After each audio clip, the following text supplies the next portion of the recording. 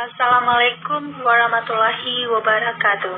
Selamat pagi, salam sejahtera buat kita semua. Saya Yohana Bolengkolah dari Prodi Bahasa Inggris bersama rekan saya Hujaifa Huja dari Prodi PKN. Kami dari kelompok 5 akan mempresentasikan materi dengan judul Pertumbuhan dan Perkembangan Kedua. Yang pertama akan dibacakan oleh rekan saya. Kepada Hujaifa Huja dipersilakan. Tujuan pembelajaran membedakan pertumbuhan dan perkembangan. Pembahasan perbedaan individual, masa peka, konsep tugas-tugas perkembangan, sumber tugas-tugas perkembangan, implikasi tugas perkembangan terhadap penyelenggaraan pendidikan. Perbedaan individual, pengertian individu manusia adalah makhluk yang dapat dipandang dari berbagai sudut pandang sejak ratusan tahun. Sebelum Masehi, manusia telah menjadi objek filsafat, baik objek formal maupun objek material, yang mempersoalkan manusia sebagai apa adanya manusia dengan berbagai kondisinya. Perbedaan individu.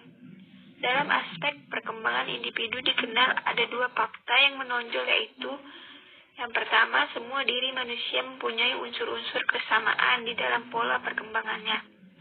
Dan kedua, di dalam pola yang bersifat umum, dari apa yang membentuk warisan manusia secara biologis dan sosial, tiap-tiap individu mempunyai kecenderungan berbeda, yang meliputi kecerdasan, kecakapan, hasil belajar, bakat sikap, kebiasaan, pengetahuan, kepribadian, kebutuhan, pola-pola, dan tempo perkembangan. Makna perbedaan dan perbedaan individual menurut Lindgren 1980 menyangkut variasi yang terjadi, baik variasi pada aspek fisik maupun psikologis. Adapun bidang-bidang dari perbedaan yakni perbedaan kognitif, perbedaan kecakapan bahasa, perbedaan kecakapan motorik, perbedaan latar belakang, perbedaan bakat, perbedaan kesiapan belajar, perbedaan tingkat pencapaian, dan perbedaan lingkungan keluarga. Masa peka, saat di mana perkembangan anak bertumbuh dengan baik dan orang tua harus mengimbanginya dengan baik pula. Fungsi jasmani dan psikis berkembang dengan baik, mudah, dan lancar. Masa peka biasanya hanya muncul satu kali dalam seumur hidup. Usia TK, prasekolah, biasanya anak-anak peka terhadap berhitung, menulis, dan membaca. Usia peka biasanya muncul saat bersekolah, yaitu umur 3-6 tahun. Menurut konsep teori Hurbeck 1978, anak usia 3-6 tahun adalah anak yang sedang berada dalam periode sensitif atau masa peka, yaitu suatu periode di mana suatu fungsi tertentu perlu dirangsang, diarahkan sehingga terhadap perkembangan. Menurut Maria Montessori, kepekaan anak atau masa sensitif mereka tidak hanya mencakup keteraturan lingkungan objek-objek kecil, tetapi juga aspek-aspek sosial yang menurut mempengaruhi. Erikson, Helms, dan Turner 1994 memandang periode usia 4-6 tahun sehingga fase sense of initiative. Pada periode ini anak harus didorong untuk mengembangkan prakarsa, seperti kesenangan untuk mengajukan pertanyaan dari apa yang dilihat dan dirasakan. Konsep tugas-tugas perkembangan. Pengertian tugas perkembangan: sesuatu yang timbul pada periode tertentu dalam kehidupan seseorang.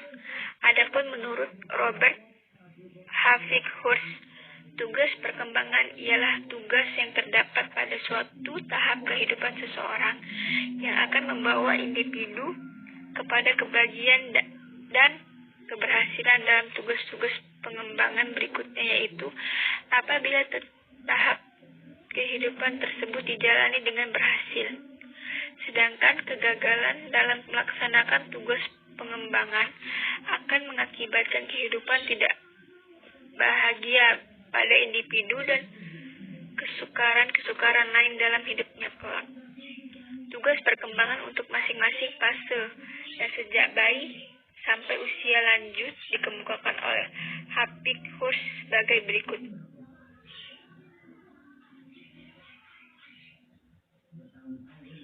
Pada masa bayi dan awal masa kanak-kanak, belajar berjalan, berbicara, memakan makanan yang padat, mengatur buang air kecil dan besar, membedakan jenis kelamin.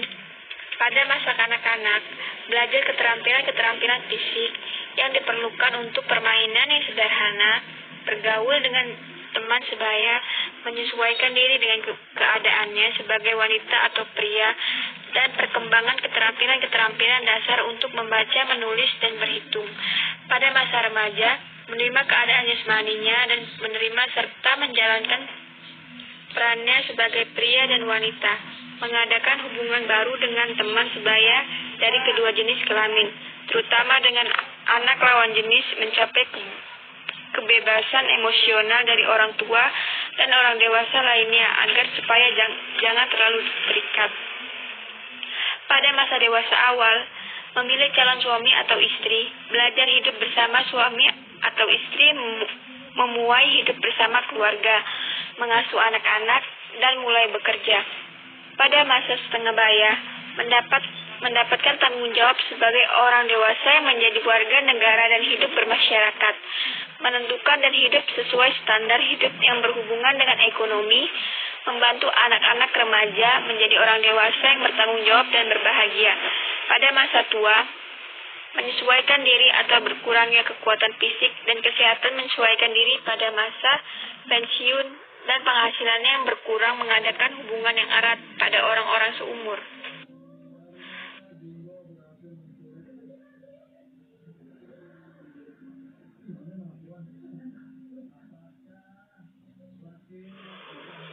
Sumber-sumber tugas perkembangan dapat kita lihat dari 1. Kematangan fisik, misalnya belajar berjalan karena kematangan otot-otot kaki, belajar bertingkah laku, belajar bergaul dengan jenis kelamin yang berbeda pada masa remaja. Kesiapan fisik balita membuatnya mulai belajar berjalan dan berbicara. 2. Tuntutan masyarakat secara kultural, misalnya belajar membaca, belajar menulis, belajar berhitung, dan belajar berorganisasi. 3. Tuntutan dari dorongan dan cita-cita individu sendiri, misalnya memilih pekerjaan dan memilih teman hidup. 4. Tuntutan norma agama, misalnya taat beribadah kepada Allah dan berbuat baik pada sesama manusia. Implikasi tugas perkembangan dalam penyelenggaraan pendidikan. 1. Implikasi perkembangan biologis dan perseptual. 2. Implikasi perkembangan intelektual yang merupakan erat kaitannya dengan potensi otak manusia. 3. Implikasi perkembangan bahasa yang merupakan alat untuk berkomunikasi dengan orang lain, yang pada dasarnya bahasa sebagai alat komunikasi tidak hanya berupa bicara, melainkan dapat juga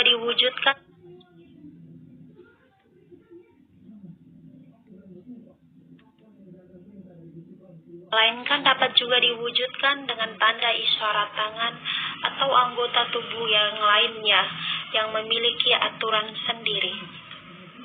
Implikasi perkembangan kreativitas. Menurut pendapat Gilder, Departemen Pendidikan dan Kebudayaan pada tahun 1999, kreativitas merupakan suatu aktivitas otak yang terorganisasikan, komprehensif, dan imajinatif tinggi untuk menghasilkan sesuatu yang orisinal. 5. Implikasi perkembangan sosial yang berkaitan dengan kehidupan masyarakat. 7. Implikasi perkembangan emosional yang menurut Sarwono Yusuf pada tahun 2005 merupakan keadaan pada diri seseorang yang disertai warna efektif baik pada tingkat lemah maupun pada tingkat yang luas. 7. Implikasi perkembangan moral. 8. Implikasi perkembangan spiritual. Anak-anak sebenarnya telah memiliki dasar-dasar kemampuan spiritual yang dibawanya sejak lahir. Implikasi tugas ini adalah keterlibatan tugas perkembangan anak dalam penyelenggaraan pendidikan, baik itu di rumah atau di sekolah, yang diharapkan dapat dilakukan oleh anak dengan baik. Jadi kesimpulannya adalah perbedaan individu penting dibahas dan dipahami oleh pendidik agar para pendidik bisa memahami perbedaan dari masing-masing peserta didik. Setiap individu mempunyai karakteristik yang berbeda-beda. Perkembangan anak adalah suatu proses perubahan di mana anak belajar menguasai tingkat yang lebih tinggi dari aspek-aspek gerakan, berpikir, perasaan, dan interaksi baik dengan sesama maupun dengan benda-benda dalam lingkungan hidupnya, sehingga anak-anak mempunyai masa peka, dan masa peka itu sendiri setiap anak berbeda-beda, sehingga sebagai orang tua harus jeli mengamati perkembangan anaknya. Tugas perkembangan merupakan tugas-tugas yang berkelanjutan bagi setiap individu. Tugas ini dikerjakan dan dilaksanakan dengan tujuan agar perkembangan individu dapat berjalan sesuai dengan masanya. Tugas-tugas ini memberikan keluasan bagi individu untuk berkembang sesuai yang diinginkan. Orang tua dan guru di sekolah sebagai pembimbing peserta didik untuk mencapai kemandirian, mengembangkan potensi, minat dan bakat seorang peserta didik. Orang tua dan pendidik harus mampu memberikan dan dorongan dan stimulus kepada peserta didik agar mereka mampu mengembangkan sumber daya manusia sesuai dengan tuntutan zaman, berekspresi, berkreasi, bebas memilih, bebas berpendapat, bebas mengeksplor keterampilan-keterampilan, bebas mengungkapkan perasaan, bertanggung jawab pada setiap hal, mampu berperan aktif di keluarga, sekolah, maupun lingkungan, adalah hak-hak yang penting bagi seorang peserta didik. Demikian presentasi dari kelompok kami. Mohon maaf jika ada kekurangan. Dan terima kasih untuk perhatiannya. Wassalamualaikum warahmatullahi wabarakatuh.